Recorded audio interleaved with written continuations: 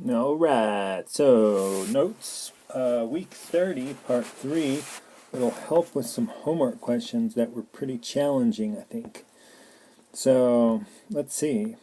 First question asks us, we've seen this, we've seen these instructions before. It says, find the first four partial sums, so the sum of the first, second, and third, and fourth terms, and the nth partial sum of the sequence a sub n, and we have this. Alright, so we're not given the terms of the sequence, but an explicit formula. So we know that the first term would be, we'd put a 1 in here, and it would be 2 over 3. Second term, we'd put a 2 in here, and we'd have 2 over 9, etc. So here's how I've solved these. For the first step, we're going to actually just figure out the terms. So again, first term, and we call this a sub 1. Here's our first term. Here's our second term. Here's our third term. And here's our fourth term, 2 over 81. All right. So what we're interested in is the first four partial sums. So the first partial sum is just that. The second partial sum is going to be add those. Third partial sum, add these. And fourth partial sum, add these. So let's color code. And, alright, the green's hard to see. Oh well. And, alright, so and then our fourth partial sum is going to be all those added together. And then hopefully we'll see some kind of pattern and we can find the nth partial sum. Meaning if your teacher said, hey, what are the, or if you were interested in, okay, for some engineering application or whatever, the first 100 terms, then you can figure it out more readily. So here's what I started doing. I started writing them out. Here's our first partial sum. Okay, second partial sum, we add the 2. 2/3 plus 2/9, right, in blue. And I wasn't really seeing a pattern when I started writing these out, so I actually added them. So I did a common denominator here. Ended up with 8/9. So I'm going to write this one in red here. So this is 2/3. Okay, and we have 8/9. And our third partial sum ended up being 26/27. And maybe you're seeing a pattern here. And our last one, 80/81. 81? Alright, so the pattern, hopefully you're recognizing, is that the numerator is 1 less than the denominator. Okay, and also as this relates to 1 and 2 and 3 and 4. So if you're seeing that, let me get a little thinner marker. If you're seeing that this is, hey, there we go, 3 to the first, that's cool, and 3 to the second, and 3 to the third, and 3 to the fourth. Okay, so the nth, the first partial sum, we have 3 to the first in the denominator, and this is 1 less than that. Second partial sum, we have 3 to the second in the denominator, and this is 1 less than that. Third partial sum, 3 to the third, 1 less than that. And fourth, 3 to the fourth, and 1 less than that. So for the nth, we would expect, drum roll, so maybe you have figured this out, but something like this. So 3 to the n, and in the numerator we have 1 less than that, so we subtract 1 from it. Cool. So we could find the sum of the first 100 terms by just doing 3 to 100 minus 1 over 3 to 100. Alright, interesting. So, and our second question is very similar instructions, only this time we're given, let's see, oh, similarly, an explicit formula. Okay. So here's an explicit formula, meaning it gives us the value of the term based on n, the term number. And I think that for the solution, I started figuring out the first 4 terms. And let's see what we got for that. I'm trying to cover up the rest of the solution. Alright, so we plug in a 1 here for the value of our first term. We get 1/2 minus 1/3. And so I did common denominator.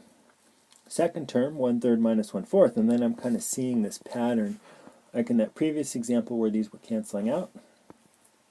Third term 1/4 minus 1/5, and fourth term 1/5 minus 1/6. Okay, definitely see the pattern there. So let's start writing out our partial sums. Had a couple little typos there. Whoops.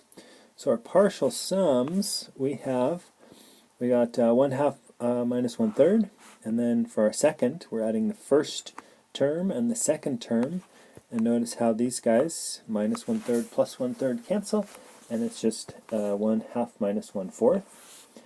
Third partial sum, we add the first three terms, and we see these canceling out, so we have 1/2 minus 1/5.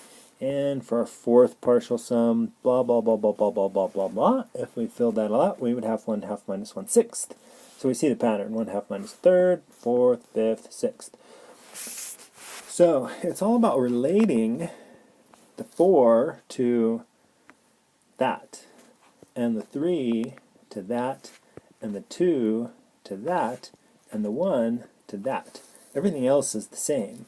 So when we get S sub n, we know it's going to be 1/2 minus 1 over something.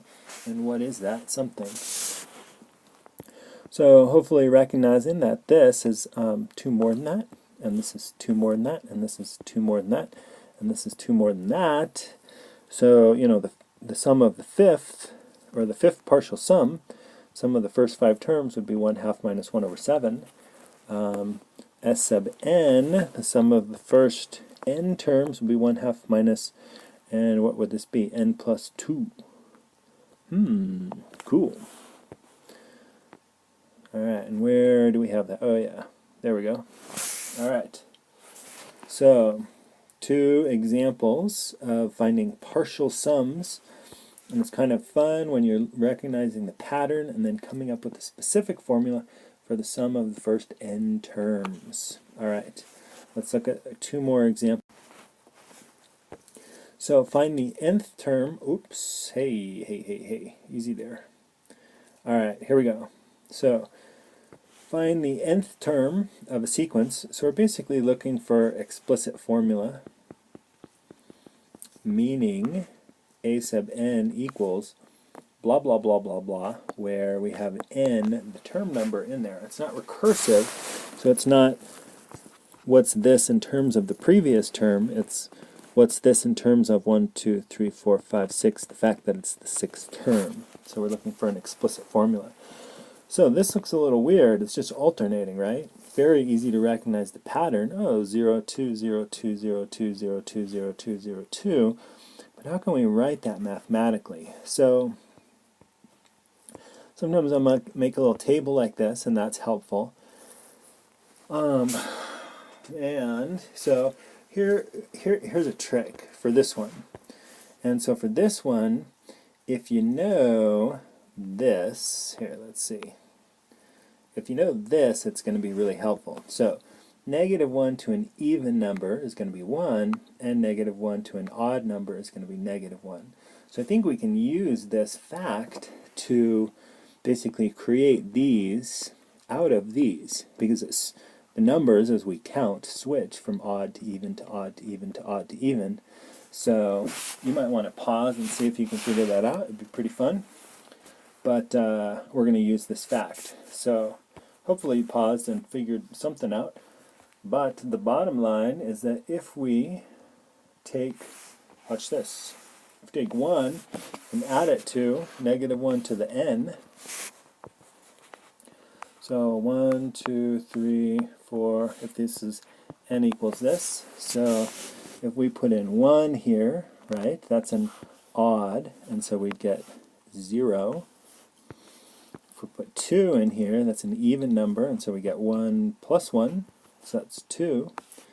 If we take 3, plug it in here, well, that's an odd number, so it's 1 plus -1, 0. If we take 4, plug it in, then we have 1 plus +1, which is 2. Hey, what? 2, etc. Alright, so that was pretty cool. Second example is kind of trickily similar. Alright.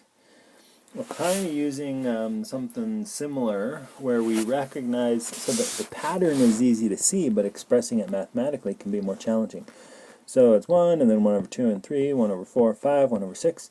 So you would, you know, if you're asked to write the next terms, you'd be like, oh, 7, 1 over 8, 9, 1 over 10, and you're just alternating the normal number and then the fraction, and you're counting.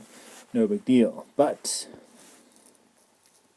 so how are we going to think about this? Well, it's basically like 1, 2, 3, 4, 5, 6, only the even numbers have been moved down, meaning raised to a negative 1.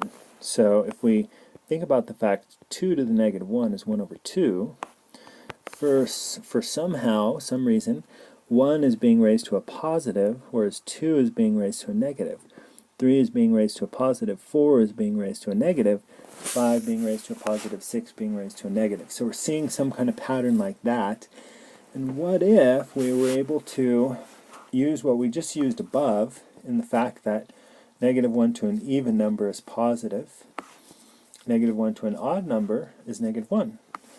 Negative 1 to an even number is positive 1, and it's just going to alternate like that. So we almost have our explicit formula here, where it's going to be n, but we need to, when n is 1, we need an even number, and when n is 2, we need an odd number, and when n is 3, we need an even number. So we can either add or subtract 1 from n to get that. What? Yeah. So we could say something like this. We could say n to the negative 1 to the n plus 1, or we could say n to the negative 1 to the n minus 1. And both of these situations are going to give us this, which will give us this. So that's equal to a sub n, or this is equal to a sub n. Alright, tricky. Is that an exponent to an exponent? Yep. And what did I write? Okay, same thing. Alright, thanks for listening. Hope that helps, and I hope I didn't really spoil the surprise when you're working through these homework questions. You get to these, yeah, you could always do more.